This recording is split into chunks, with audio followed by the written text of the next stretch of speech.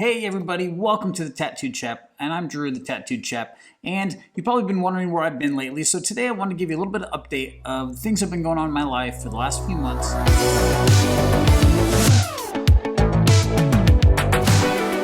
You've probably been wondering where I've been lately, so today I want to give you a little bit of update of things that have been going on in my life for the last few months, and then also prep you for the next video that's going to be released 2 days from now. So, first, what have I been up to? Before I get into what I've been up to, I want to say a few different things. One is it's been awesome. I've been hearing a lot from a lot of you through social media. I know that some of you all just went to Chabulik, and I had someone reach out and told one of my friends that I worked with up here at JBLM, who was in the reserves, was with some of y'all at Chabulik, and she said that some of you guys have been watching these videos and all that stuff. She just really encouraged me, and it made my day hearing that there's a community that's forming around some of these videos. So anyways, thank you for watching them and praying that you all are doing well in Chabulik right now, even as we speak during the summer phase. So what have I been up to? So in late December, we got word from the Department of Army Chaplain Corps office that they were going to be sending my replacement to my unit 6 months early. Typically, when a new chaplain comes in, you have about 3 weeks or so where you overlap and you get to show the new chaplain the lay of the land, introduce them to everybody, do some of those really like a good handoff as what they would like to call it. This time they were sending them 6 months early. 2 battalion chaplains in the same battalion. Like, it would be good, but people are used to me. They're not used to the new person. It gets sticky, right?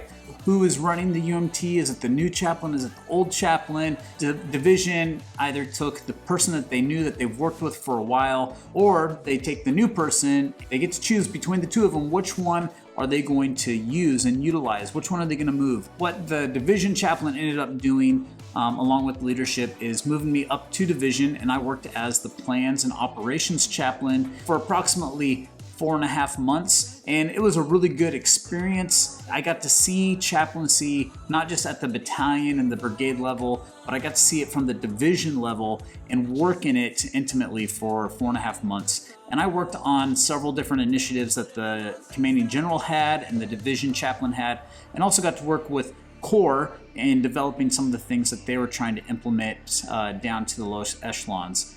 It was kind of interesting getting to work with 30 other chaplains, several brigades, even a National Guard brigade, and working with their chaplains and their UMTs, working with the 56 mics, the religious affairs specialists and NCOs at all the different levels, and just kind of seeing how each team, each UMT is so unique in and of itself, how each battalion and each brigade is unique, and how they each fit into these larger plans that the military has. It was really eye-opening. It was fun. One other thing I really got out of working up there at a division is just kind of seeing how at the battalion level as a chaplain, you're with the Joes, right? You're with the soldiers in the muck, in the hard times, you're in the mix. When you start moving up higher, what I've seen, you get further and further removed from that, and you have to kind of shift your mindset on what does it mean to minister at the division level as a plans and operations chaplain.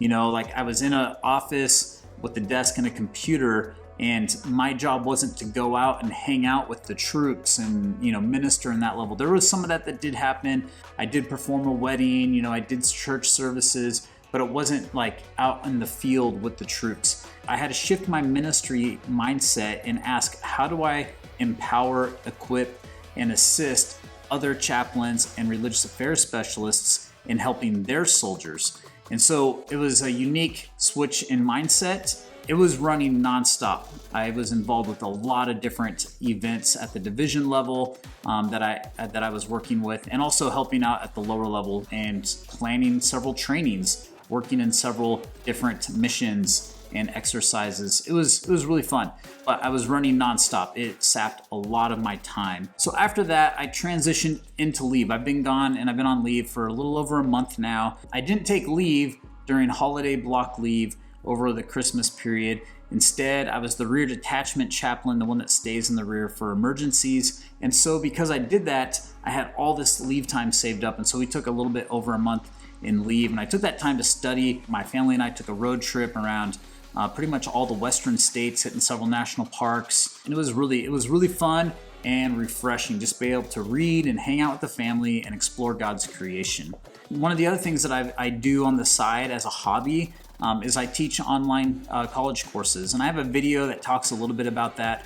I typically do 2 to 3 a year, and it kind of varies depending on workload in the military and what upcoming schedules are, and just in my own personal life. But it's a way to make some extra cash, but also influence and educate future theologians, ministers. So I taught 2 classes, Introduction to the New Testament and New Testament history, as well as a class on Christian living, which kind of covers theology applied, like some of the major theological topics of Christianity and how is that applied in daily life.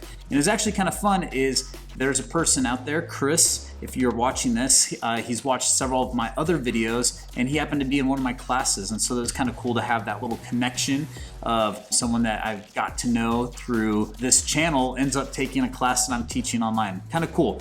So Chris, this shout out's for you. So those are the things I've been up to. I'm coming off leave and I'm going to be transitioning to a new spot. So I'm going to be starting what they call CPE, which is Clinical Pastoral Education. Some Masters of Divinity programs require it, others do not.